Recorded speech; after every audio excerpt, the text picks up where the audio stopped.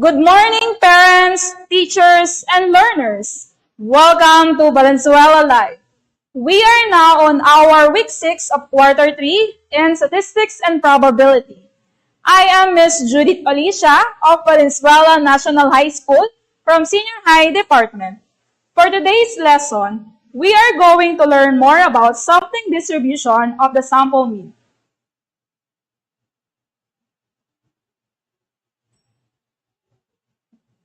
Now, let us have the most essential learning competency that we need to attain today. First, find the mean and variance of the sampling distribution. Second, define the sampling distribution of the sample mean when the variance is known and unknown.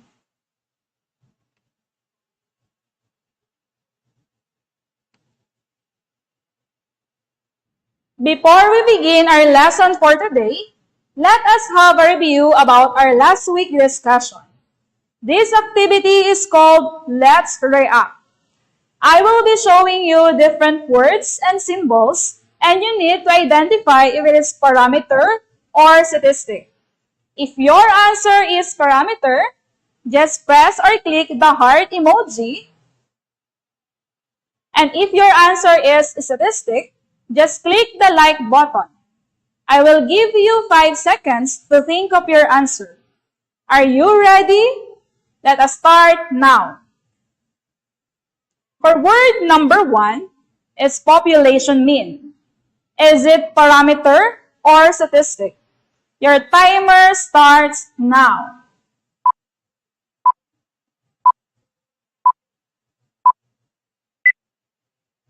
Yes, it is parameter. Remember that population mean represents the actual mean of the whole population. Word number 2. Sample mean.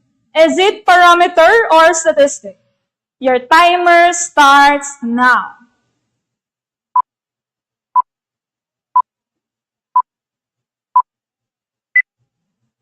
Very good. It is statistic.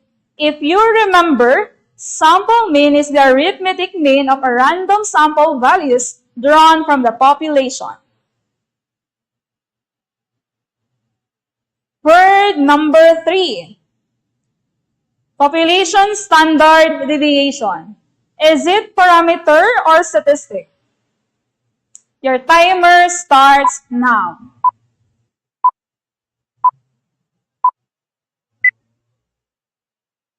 Yes, the answer is heart. The population standard deviation is a parameter, which is a fixed value calculated from every individual in the population.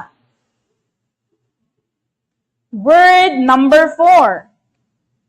Sample standard deviation. Is it parameter or statistic? Your timer starts now.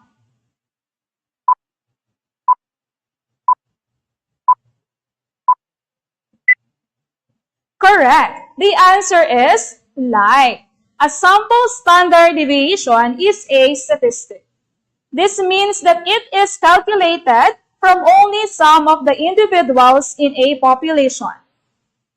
Since the standard deviation depends upon the sample, it has a greater variability. Thus, the standard deviation of the sample is greater than that of the population. Word number 5. Population variance. Is it parameter or statistic? Your timer starts now.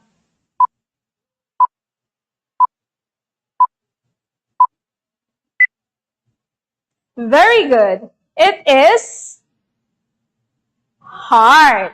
It is parameter. It is population variance when the data set you are working with represent an entire population.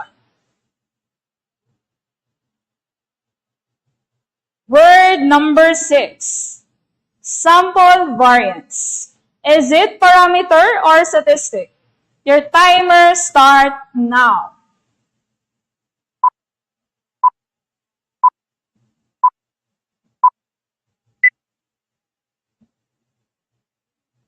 Good job! It is like.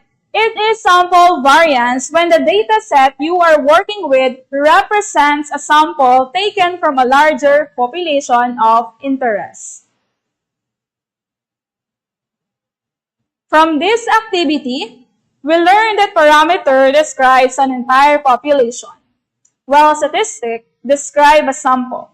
In addition, a parameter is a fixed, unknown numerical value, while the statistics is a known number and a variable which depends on the population or the portion of the population.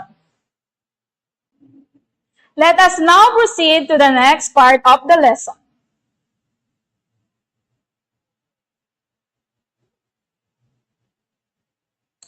In class of 50 students, a researcher randomly selects 20 students to be the members of a sample.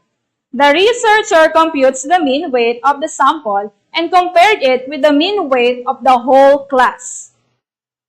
Is the sample mean equal to the population mean? Next.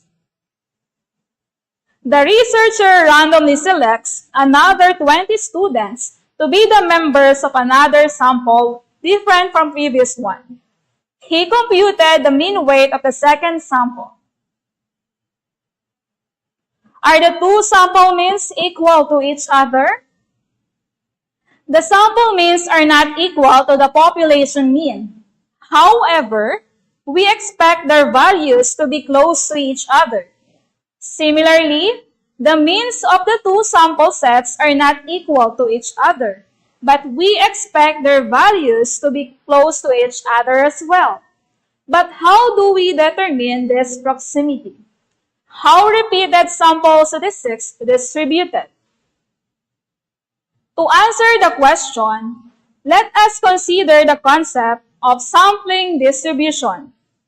The sampling distribution of a sample statistics is the distribution of values for a sample statistic obtained from repeated sample of the same size drawn from the same population. Let us now define what is sampling distribution. Sampling distribution of the mean is the probability distribution of the sample means. It is created using sampling method, particularly random sampling. There are two ways of creating a sampling distribution. First, draw samples of the same size from a population and compute the sample statistics. The second relies on the rules of probability, the expected values, and the variance to derive the sampling distribution. In this lesson, we will try to list all the possible samples that we can get from a given finite population and present them in a tabular form. We need to learn about sampling distribution because it is an essential element in statistical inference. We remind you that statistical inference is the process of using sample results to draw conclusions about the characteristics of a population. Let us now have an example. Let's say we have a finite population of size n is equal to 5. That consists of the numbers 1, 2, 3, 4, and 5. We know that for this population, the mean or the population mean is equal to 3 and the variance is equal to 2. Now, let's take a random samples of size n is equal to 3. Say 1, 2, and 4 and compute the mean.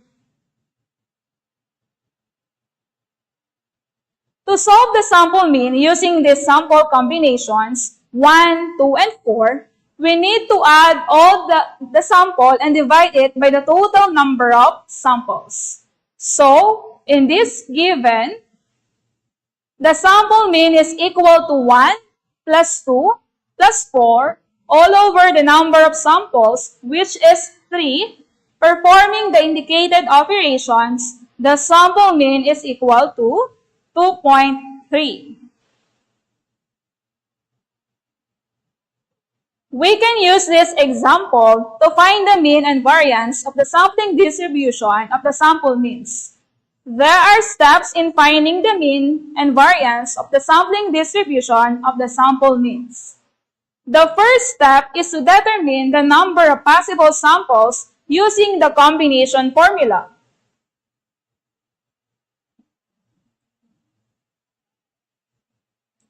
Combination of population and sample is equal to n factorial all over the quantity of n minus r factorial times r factorial, where C stands for total combinations, n stands for size of population, and r stands for sample, or size of sample.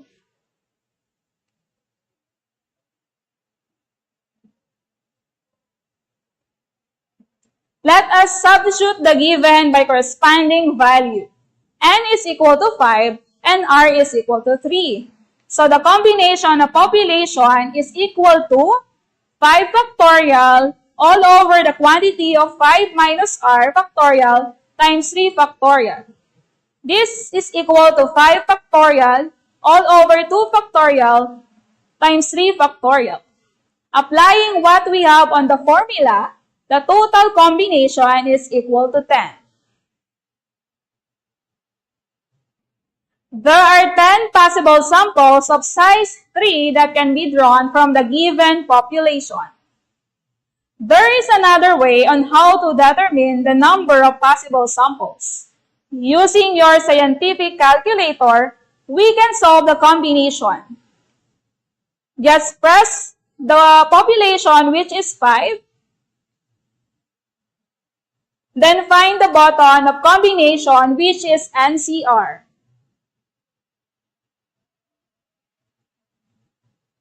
Then press the sample size, which is 3. And lastly, press the equal sign. We will get the same answer, which is 10. The second step is to list all the samples and their corresponding means. Again, the population are 1, 2, 3, 4, and 5, and the sample size is 3. Now, what do you think is the first sample combination? Very good. It is 1, 2, and 3. How about the next one? It is 1, 2, and 4. Very good. And the next one? It is 1, 2, and 5. And the next is 1, 3, and 4. Correct. How about the next sample?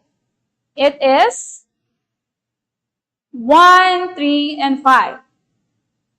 And the next is 1, 4, and 5. Okay, very good. How about the next sample? It is 2, 3, 4, and 2, 3, 5, 2, 4, 5, and lastly, we have 3, 4, and 5. Now, let us solve the mean of each sample. For the sample 1, 2, and 3, to get the mean, we need to add all the samples and divide it by the sample size. So, 1 plus 2 plus 3 equals 6 divided by 3. So, the mean is 2. How about the next mean? We have 2.33. Very good. How about the next one? It is 2.67. Correct. How about the next? It is 2.67. And the next, it is 3. How about the next one? It is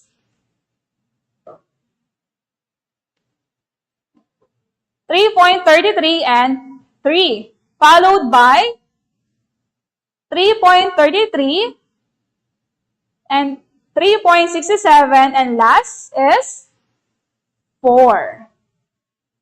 Very good. The third step is to make a frequency distribution of the sample means. Let us write down all the sample mean we get earlier. Remember, the sample mean should not be repeated and it is arranged in ascending order.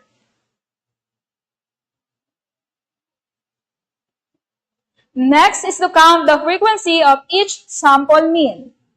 For a sample of mean 2, the frequency is 1. Very good.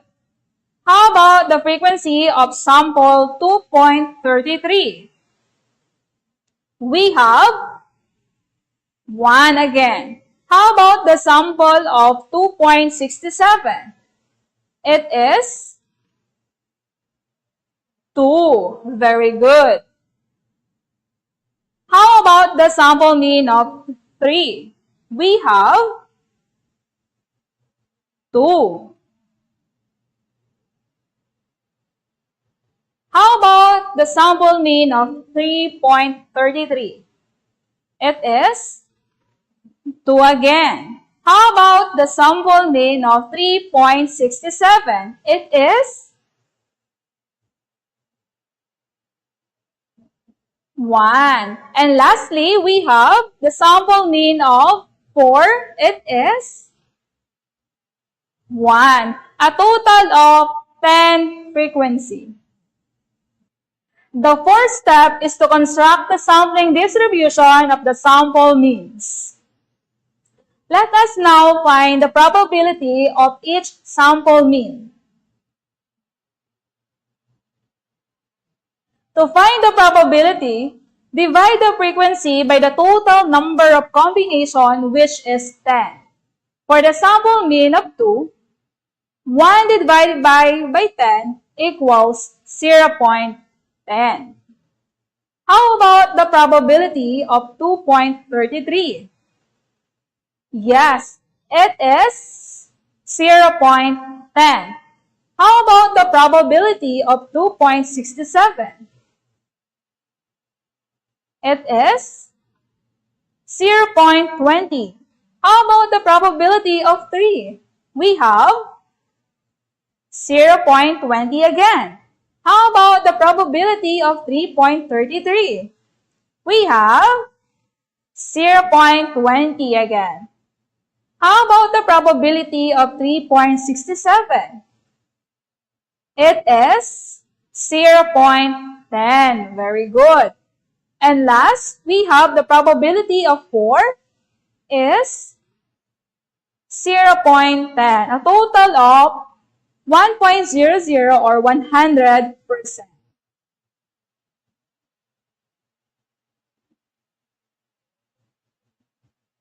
The fifth step is to compute the mean of the sampling distribution of the sample means.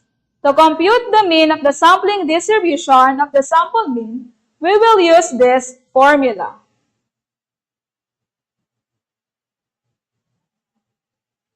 Mean of the sampling distribution is equal to the summation of sample mean multiply the probability of sample mean. Performing the formula, multiply each sample mean to its corresponding probability. Thus, 2 multiplied by 0.10 plus 2.33 multiplied by 0.10 plus 2.67 multiplied by 0.20 plus 3 multiplied by 0.20 plus 3.33 multiplied by 0.20 plus 3.67 multiplied by 0.10 plus 4 multiplied by 0.10. As a result, the mean of the sampling distribution of the means is equal to 3.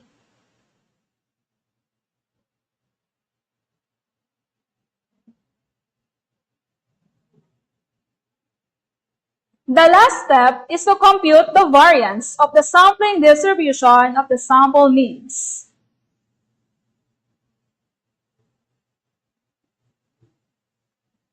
Let us now find the variance of the sampling distribution of the sample means using this formula. Variance of the sampling distribution is equal to the summation of the square of the difference of sample mean and the mean of sampling distribution multiplied by the probability of sample mean. Now, get the summation of the square of the difference of each sample mean and the mean of the sampling distribution, then multiply to its corresponding probability. Thus, 2 minus 3 squared multiplied by 0.10 plus 2.33 minus 3 squared multiplied by 0.10 plus 2.67 minus 3 squared multiplied by 0.20 plus 3 minus 3 squared multiplied by 0.20 plus 3.33 minus 3 squared multiplied by 0.20 plus 3.67 minus 3 squared multiplied by 0.10 plus 4 minus 3 squared multiplied by 0.10. Therefore, the variance of the sampling distribution of the means is equal to 0.33.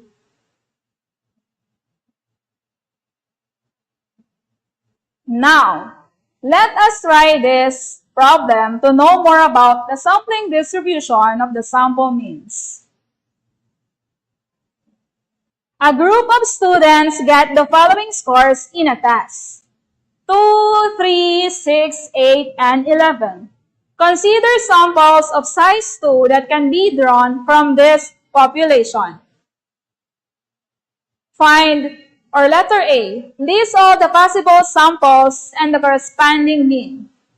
B, construct the sampling distribution of the sample means. C, compute the mean and variance of the sampling distribution. The first step and second step are to determine the number of possible samples using the combination formula and to list all the possible samples and their corresponding probability. In this problem, we have a population of 5 and a sample size of 2. Applying the formula of combination, we will get an answer of 10 possible samples. Now, what do you think is the first sample combination? It is 2 and 3. Correct. How about the next sample? We have 2 and 6. That's right. How about the next sample? It is 2 and 8. And the next sample, 2 and 11. How about the next sample? We have 3 and 6, followed by 3 and 8, 3 and 11, 6 and 8, 6 and 11, and 8, 11. So we have 10 possible samples. Now, let us find the mean of each sample. For the sample mean or for the sample of 2 and 3, we have 2.50. How about the next sample? We have 4.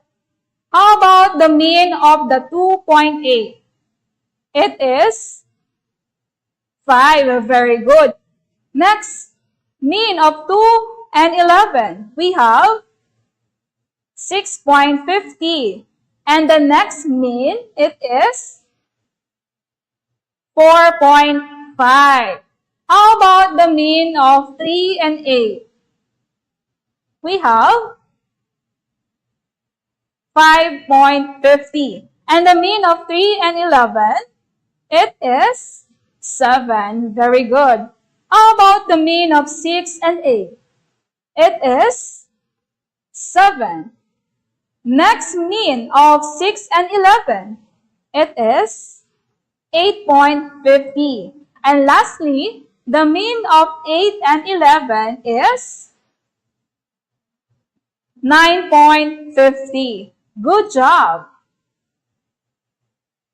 Next is, the third step is to make a frequency distribution of the sample means. Let us write down all the sample mean we get earlier and count the frequency of each sample.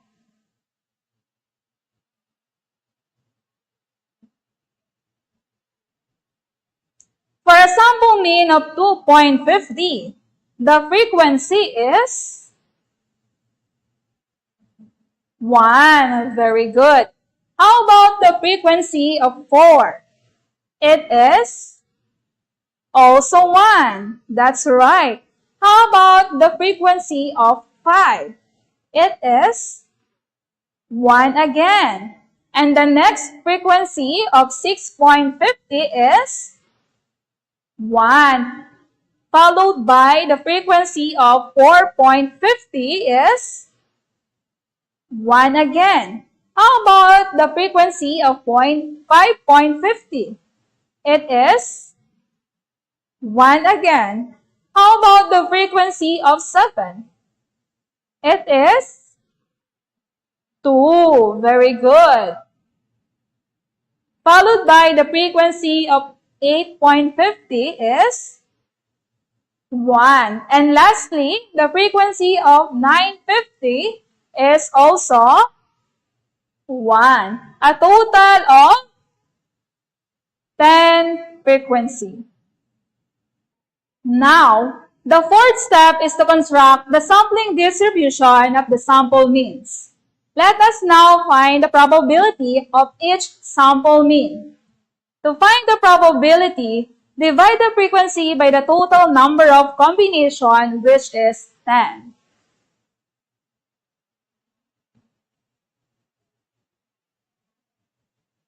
For the sample mean of 2.50, 1 divided by 10 equals 0.10.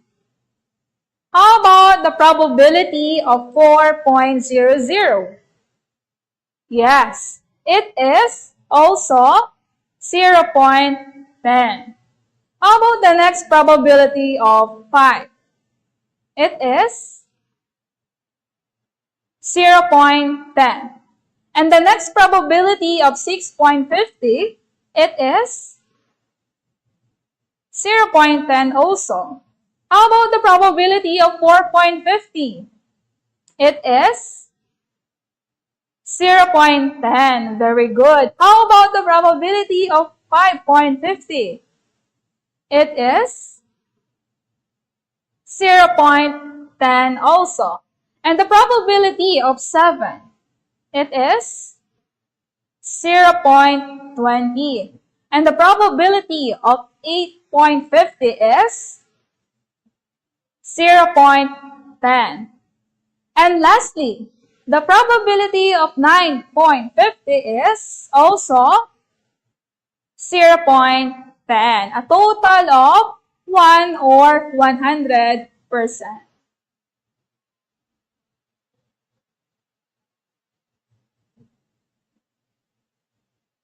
The last step is to compute the mean and variance of the sampling distribution of the sample means.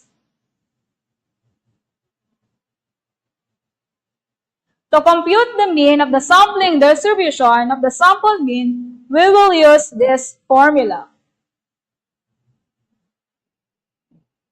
Mean of the sampling distribution is equal to the summation of sample mean multiply the probability of sample mean.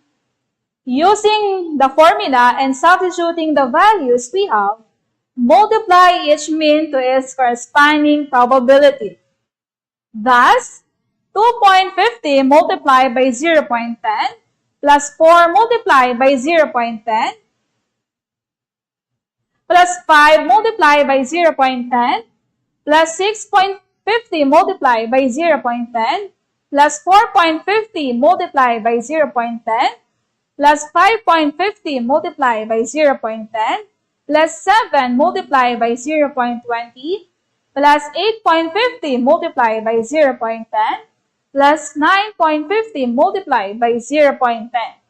As a result, the mean of the sampling distribution of the sample mean is equal to 6.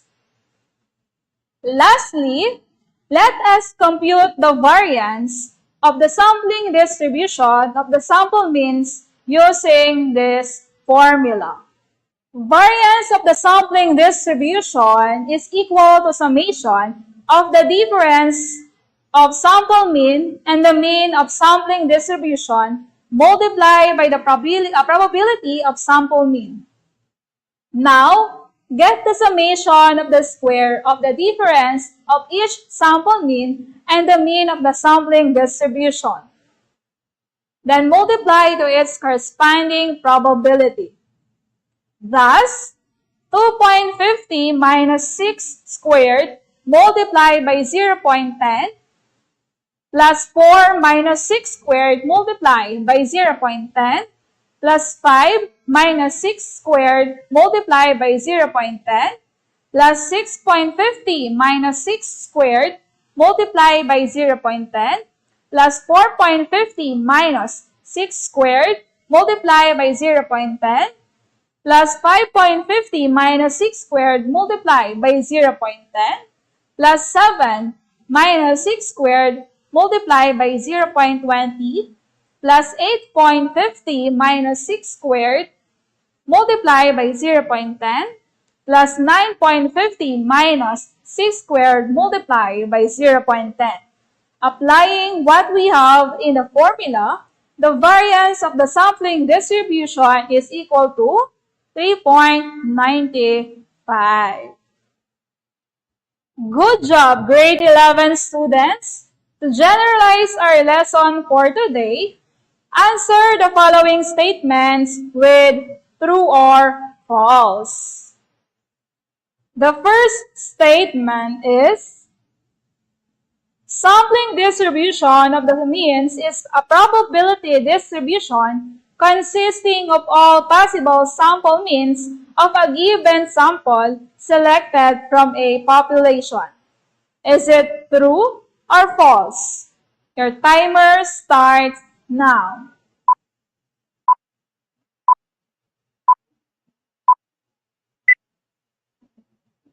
Very good. It is true. Next statement. In solving the mean of the sampling distribution of the sample means, we use this formula. Is it true or false? Your timer starts now.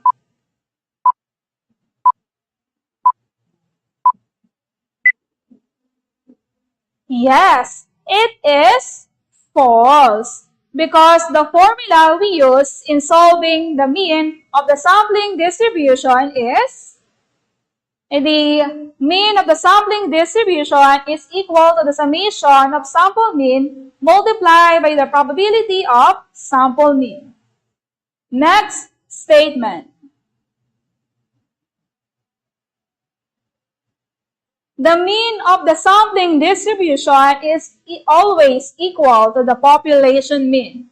Is it true or false? Your timer starts now.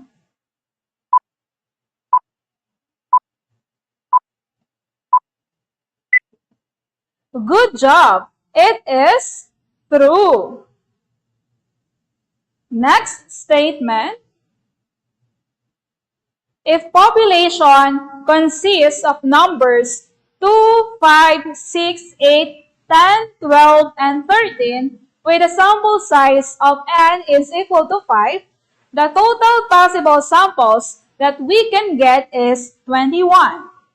Is it true or false? Your timer starts now.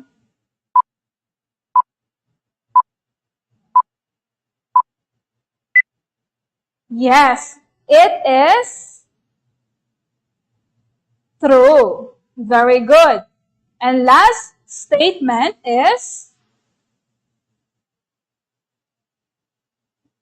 the sample statistic is the population mean, while the population parameter is the sample mean. Is it true or false? Your timer starts now.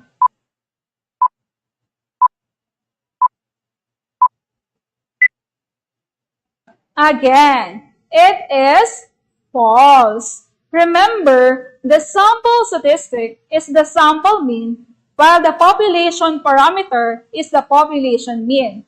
These concepts are based on the sampling distribution. Good job, grade 11 students! For your activity, answer page 26 assessment part of your statistics and probability learning packet. And if you have questions and clarifications about our lesson for today, kindly coordinate with your subject teacher during your follow-up session.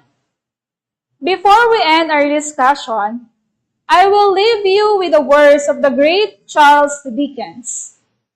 The most important thing in life is to stop saying I wish and start saying I will.